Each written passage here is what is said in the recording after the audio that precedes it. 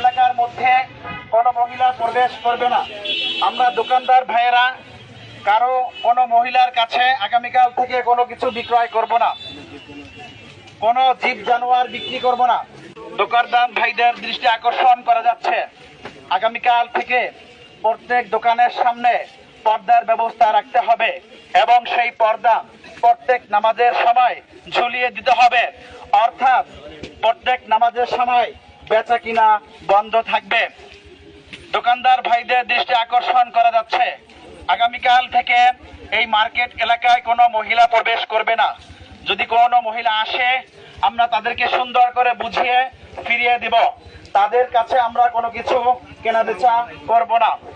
আমরা খেয়াল রাখবো কোনো ধরনের কোনো জীব জানোয়ার, এই ধরনের কার্টুন, এই ধরনের পুতুল যা আছে আমরা এটা বিক্রি করব না, নিজে বিক্রি করব না এবং অন্যদেরকেও যারা বিক্রি করে তাদেরকে আমরা নিষেধ করে দিব।